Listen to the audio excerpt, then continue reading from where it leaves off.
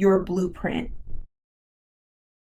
an interactive guide to remembering your true purpose in life by Elvira Guzman-Barnett. Chapter 1, Divine Order. Divine Order. Everything happens when it's supposed to happen. Everything happens for a reason. Even accidents, abortions, and suicides that we often call obstacles. You must remember that you and God are both responsible for writing that obstacle in your life, so own it. Shift your focus from the suffering to the lesson. What valuable lesson did you learn from being molested? Did you start an organization to help others cope? Did you reach back and help other little girls or boys who were being molested? Did that obstacle make you feel like it's me against the world in this life, and why God? Maybe through that darkness, the intention was to see the light at the end of the tunnel. Yes, your tunnel was much darker, but it probably came much sooner than most people's. So you paid a higher price, pain or shame or guilt, for your renewed mind. You chose that a long time ago, so let it go. The price I had to pay for my breakthrough was having my parents in jail from the time I was 14 to 20s. Not sure the exact date, since I've chosen to delete those years from my brain because there was too much chosen suffering then, because I had no clue. I had a blueprint like most of you. Was my pain and suffering at age 14 worth me being here at 29? Absolutely, when someone dies. Please know in your heart that it was their time to go. This is when they wrote it in their blueprint. Mourn for a season, and then pick yourself back up and know that they never left your side. How to know if a person is for you. Love is patient. Love is kind. It does not envy. It does not boast. It is not proud. It does not dishonor others. It is not self-seeking. It is not easily angered. It keeps no record of wrongs. Love does not delight in evil, but rejoices with the truth. It always protects, always trusts, always hopes, always perseveres. 8. Love never fails. New Testament, 1 Corinthians 13, 4-8. Job situations. You will know in your heart if you should leave a job or not. Pray and get in your higher self state, and then ask God, and be still, the answer will come. Being still means being in a space to receive the message where you can hear God. Example of being still and being able to receive God's message: prayer, beach or meditation, answer. Example of not being still and being able to receive God's message: prayer, Vegas or club arguments, no answer. Chapter 2. We all have a blueprint. Blueprint. Your blueprint is your agreement with God that you made with Him before coming to this side, and in it is your purpose. It also shows you clearly where you have been so you can find out where you are going. The great news about remembering your purpose is your mind gets renewed, and you look at the world in an entirely different way. You start to hear the birds again. You start smiling at strangers, and you feel better than you ever have. The agreement with God. Before coming to this side, you sit with God and write your blueprint. And the first thing you do is pick your parent so that you can achieve your purpose easier and give you the story. You need to get the platform that is necessary to achieve it. The harder the story, the bigger the purpose. So if you had a horrible past like I did, and many of you have, just know that God has a big purpose for you. Once you choose your parents, your spirit is sent to that mother's womb. When you're born, initially, your spirit says, yes, I'm here, and now I can achieve my purpose and go back home to my family. And you have your blueprint in mind, and you want to achieve it, and then here come all of your parents' conformed thoughts. You have to be a vegan, you have to be a Christian, you have to be a Republican, you must like these colors, and if you read girl and boys, done to cry, etc. Or let's say that you had a trauma in your life, such as domestic or sexual abuse, or you lost a parent, or they are in jail. How can you focus on your blueprint and purpose when you have to now focus on survival? You were forced to shift your focus. Your bright spirit slowly but surely is dimmed down, and it's confused. You soon forget all about the other side, not to mention your blueprint or your purpose. Self-validation versus validation from outside sources. So What happens throughout the years is we forget who we really are and we begin to adopt our parents or guardians and neighborhoods, points of views, likes and dislikes, and so on. We no longer validate ourselves, and now it's our parents and people in the neighborhood who give us our validation. For example, Sarah, go try this outfit on so I can make sure it looks cute enough for school.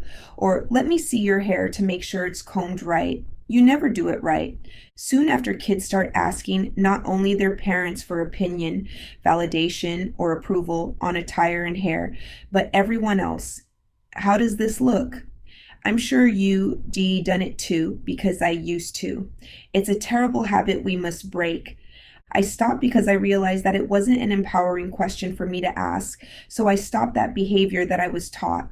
This type of behavior does two detrimental things to children who turn into insecure or self-sabotaging adults. A. We learn not to validate ourselves and look for it outside. B. We grow up feeling we are not good enough to make our own decisions. A better way to approach this situation with children to empower them is, honey, get dressed for school and let mommy see the nice outfit you picked out when you are done.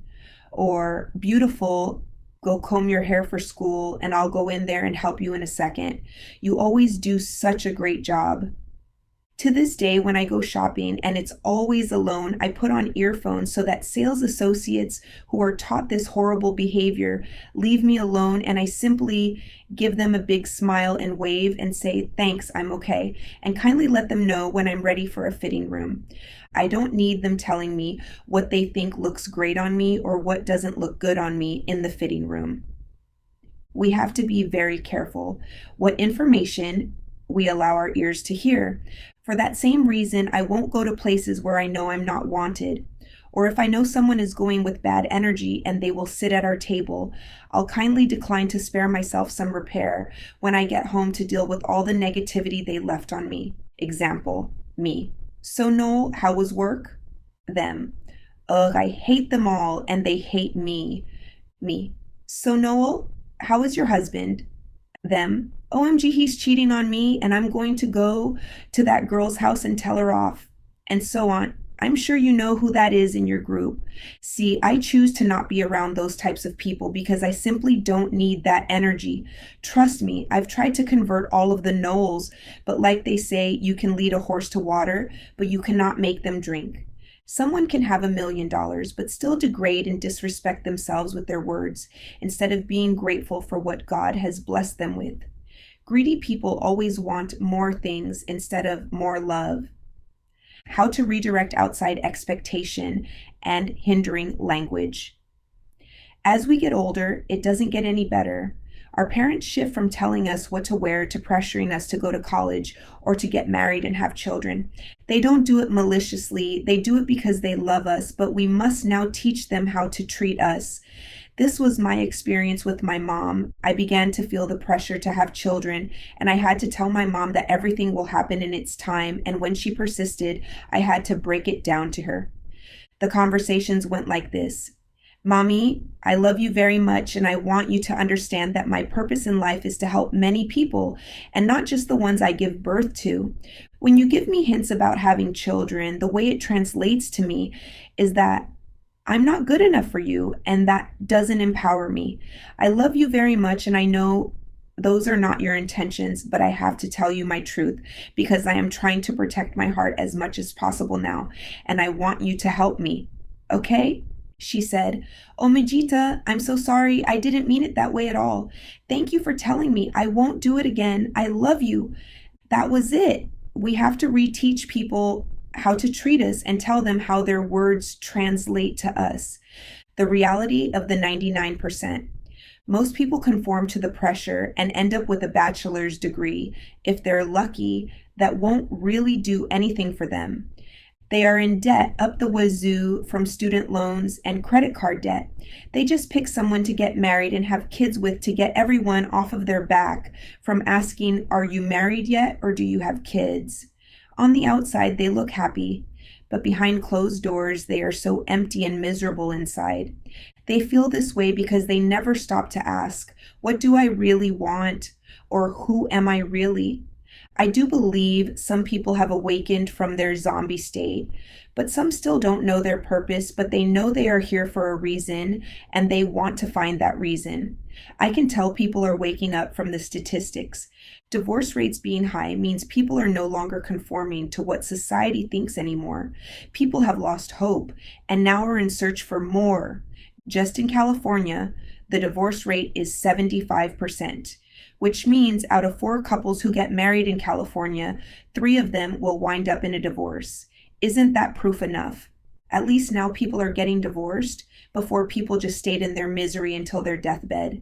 That's why you see so many lost people out there. I call them zombies. Although their eyes and mouths are open, when you look at their eyes, you can see their spirit muted because their heart is shattered. It breaks my heart, and I do everything in my power to restore that person's heart back to 100% healthy. What is a zombie? Zombies can tell you about every reality show out there, but ask them what the ego is, or what Psalm 23 is, or what the second coming is about. And they go back to the zombie look blank stare. Zombies sabotage their life like Noel. Deep inside, a zombie knows it's a zombie, but they feel it's easier to remain in this state than to wake up. You must have courage and endurance to want to wake up. Your career versus your purpose. There is a huge difference between your career and your purpose. My career is I own a public relations and branding company. My purpose is to help others find their purpose in life and bring them back to love. Or as I like to say, my purpose is finding all of the pieces of the puzzle for the person and then putting them in front of their face so that they can see what I see. And then I let them put it together so they feel responsible for their breakthrough and don't try and credit me for it. Do all millionaires or celebrities know this already? That is exactly the reason why I created the blueprint board concept. I teach you how to create it, but then it's up to you to actually do it and see it. I do this exercise with some of my celebrity clients only if I know they are in a place to receive it, because although many of them know what I know, that's why most made it, some of them actually made it without being aware, aka awake. My clients pay me thousands a month for this service, and now I'm sharing it with all of you. Zombies are the hardest clients to reach. I try to explain to them that if they don't get this right, God will take all of their success back and more if they don't use their platform for the right, righteous reason. Most have listened, and maybe 1 to 2 have not, and I had to kindly give them the exit of LVGPR. I only work with those who are looking to make this world a better place, not worse. The way to know for sure if you are still in a zombie state is, are you still saying, I need something more? And the way it manifests in your body is addictions, being overweight, underweight, acne, body or head pain, insomnia, depression, loss of hair. If the answer is yes, then your answer is yes. You can be a millionaire and not know your purpose in life and therefore still feel empty, lonely, and miserable. That's why they say, money can't buy you happiness. I think the saying should be, money can't buy you love. Once you create your board and find your purpose, you will remember the reason you came to this earth. You once again connect with God like you used to before your heart was hurt, broken, and then shattered. You know that you don't have to go to church to talk to God. God is part of you, and you can talk to God whenever you want because God lives in your heart. That's why you see little kids talking to themselves. They are really talking to God and angels. They are often called crazy or weird. Nothing could be more normal. Why would our God send us so far and leave us? He or she is here every step of the way. Forgiving yourself. You experience a euphoric feeling of happiness and continued joy. You have that feeling mostly because you will see that you have already taken so many of the right steps without even knowing. And that's when you begin to forgive yourself for being so mean to yourself, for simply being lost. Like Dr. Maya Angelou says, if you would have known better, you would have done better, and you cut yourself some slack and the door busts open. Aha. I say we are mean to ourselves because we chose to suffer when we experienced pain, and we didn't have to. It was a choice that we made because we felt we deserved it. We chose to stay in a relationship after we had already learned the lesson God intended for our sacred agreement, but persisted to make ourselves suffer on purpose. Some people are just in our life for just a season, and that's it. Learn the lesson and move on. When we forgive ourselves for judging ourselves so badly, we begin the healing process from the inside out. And that's why we feel so good, because we are finally getting some medicine for those old wounds. When we get rid of the toxic feelings about ourselves that manifest into our ugliness, then our body becomes renewed along with your mind. It takes a while, but after all of the toxic is flushed out of you, you will see your body transform to the best version of you. It's amazing. The toxic crap is: 1, I'm fat thoughts of yourself. 2, I'm stupid thoughts of yourself. 3, I should have gone to school thoughts of yourself. 4, I should have had kids thoughts of yourself. 5, I'm not good enough thoughts of yourself. This is what is being flushed out of your system that has morphed into a double chin and loss of hair and every other ugly you have. If you have these bad thoughts, you must remember the fact that you were born is proof that you are good enough and wanted and needed. You too have a purpose on this earth, and you too are a blessing. You just need to wake up and realize that there are power in your words, and you need to stop cursing your own life and the lives of others. Faith without works is dead. James 2:14-26. Compassion versus judgment. Be ready for that chapter in the book. Create your blueprint board, because you are in store for a couple of amazing weeks, months, years, or forever. From that moment on, you begin to smile at strangers and say good morning instead of burying your head in your phone trying to check emails before the office. From that moment on, you will begin to play with pets and bond with them in a way you have never bonded before. From that moment on, you will begin to look at the homeless person different, the guy with all the tattoos on his neck different, the woman whose dress is 2 sizes too small different. Now, you will say, poor woman, her self-esteem must be at its lowest. I wonder what she's going through in her personal life or went through. Let me pray for her. Instead of saying, WTF is she wearing? She is too old for that. Your life changes and you begin to glow from the inside out, and everybody notices. Ego, mind, heart, spirit, or soul. Teamwork. You no longer want to feed your body bad food because you know that this body is the shell for your spirit, soul, ego, and mind, and they all begin to work together now instead of against each other for survival. Before, your ego, mind, and heart, spirit and soul inside your heart would be at war inside. I win, no I win, no my turn. Once it finds out that all of the fighting is causing your shell to sadden and therefore decay, they will stop and work together. Almost like when 9/11 happened. Everyone united for one cause. Same thing happens in your body because it now knows better. So now your body only feeds itself good food. Positive thoughts over bad thoughts. Veggies over a Big Mac. A nice wife instead of a resentful one. Blue or white collar worker over the thug. We begin to make better choices for our survival. Less stress and drama, aka trauma, for our body, ego, spirit, soul, heart, mind, the better. So you start to treat your body kindly and eat healthy food, and you stop telling yourself bad things like, OMG Elvira, look at that roll on your neck emerging, you're such a pig, there you go again. Instead you say, oh, looks like I've been having a little too much fun with snacks. Let me cut back this week. You will treat yourself with love as God intended. Then when you begin to have negative thoughts of your job or your ex or someone passing away, now you say, Elvira, is it healthy for you to choose to focus on that thought? No. So let's press delete and press next, and let's see what's the next thought. Okay, this is a good one about my mom and I feeding the birds last Sunday. Okay, let's focus on that thought for a while. Good energy vs bad energy.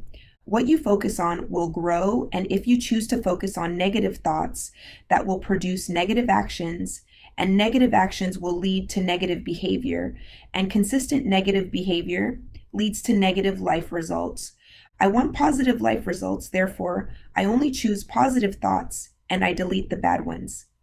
Yes, you will continue to have those pesky thoughts that keep going back because it's an addiction, your brain. What you have trained your brain to do, it will do. The mind is so smart, it says, send her those thoughts again because she usually accepts them and the probability is higher. So bam, the brain sends them. Now I say, nope, delete, next thought. You again, delete, next thought. And keep doing that every time, and before you know it, those thoughts just fade away because they are no longer successful in the probability game. It's a choice that you now have that you never knew you had before. Once you create your blueprint board, your entire life will shift, and people who are not on your energy wavelength will somehow get out of your life. See, bad energy and good energy can't coexist. So if you are good energy and you are hanging out with someone who is bad energy, slowly but surely they will leave your life. See, a bad energy's aim is to suck all of the light out of the good energy until they too are good energy like them. A few examples of this is if your girlfriend is always giving you sarcastic remarks or belittling your dream and telling you you will never make it, or if your husband tells you you're fat or stupid and crazy for trying to go back to school. At the first sight of these people, you have to let them go, and quick, before they take any more light from you. The more light you give them, the stronger they get and the weaker you become. Only surround yourself with other good energy people. You will know who they are by how you feel around them. Some of the comments they might say to you are, "Hi Amanda, I love your dress. You are just glowing today." Or, "Hi Alex, I missed you so much, darling. I can't wait to catch up." Good energy people only want to uplift you and enjoy your company and are not there to bring you down in any way, shape, or form. The more good energies unite, the better in terms of energy, self-respect. You will begin to respect yourself in a way you have never done before, because now you know that you have the divine in you. So if someone disrespects you, they are also disrespecting your divine. The way you will think of it is, how can that person disrespect me and try to knock me off of my path to achieve my purpose? How dare they? I am doing God's work. They have got to go. Whereas before, you might have given them a second or third of 100th chance and therefore slow you down or stop you from achieving your purpose. Remember, you can lead a horse to water, but you can't make them drink. If they don't want to drink, they must get away from your water source. You will get better looking with less effort. Your confidence will rise because for some weird reason, you just become better looking on the outside and you begin to transform to the best version of you. When you experience true love for yourself, you produce feel good endorphins because you naturally feel great and your body repairs itself. If you see before and after pictures of me, I look like a different person. Same angle, and the only difference is the girl on the left was shattered and the woman on the right is found. In fact, I recently went to Steve Harvey's Hoodie Awards in Las Vegas, and Carew from AOL Black Voices came up to me and said, "Did you have some work done on your face? I didn't recognize you." I said, "No, but thank you." That made my ego smile, but hey, you have to give it a little amusement sometimes. The ego is good if you keep it in check. The real reason is I'm not stressing like I used to because I now respect myself enough to rest. I take myself to the spa to be quiet and repair my shell and read my books. I take long baths now where I meditate and leave salsa music in the background, and I know it's time to get out of the tub if a good song comes on, and I get out and dance in the mirror, how God brought me to this world, and pretend I'm at a club or singing background, and I laugh at myself for being so silly. It's fun and I look forward to it. I now perform in the mirror like I'm the headliner. Love. In love, you will not know what to do with all the men and women who are asking you out. It's almost like men smell happiness and self love. No man wants a miserable woman with cats or a dog who reads books every single night. Smile because that was me, and vice versa. They want a confident woman who knows what she wants and knows what she's worth.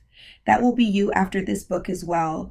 If your family is broken for whatever reason and you haven't spoken to them, you will now be inclined to reach out because you will understand and have compassion for them.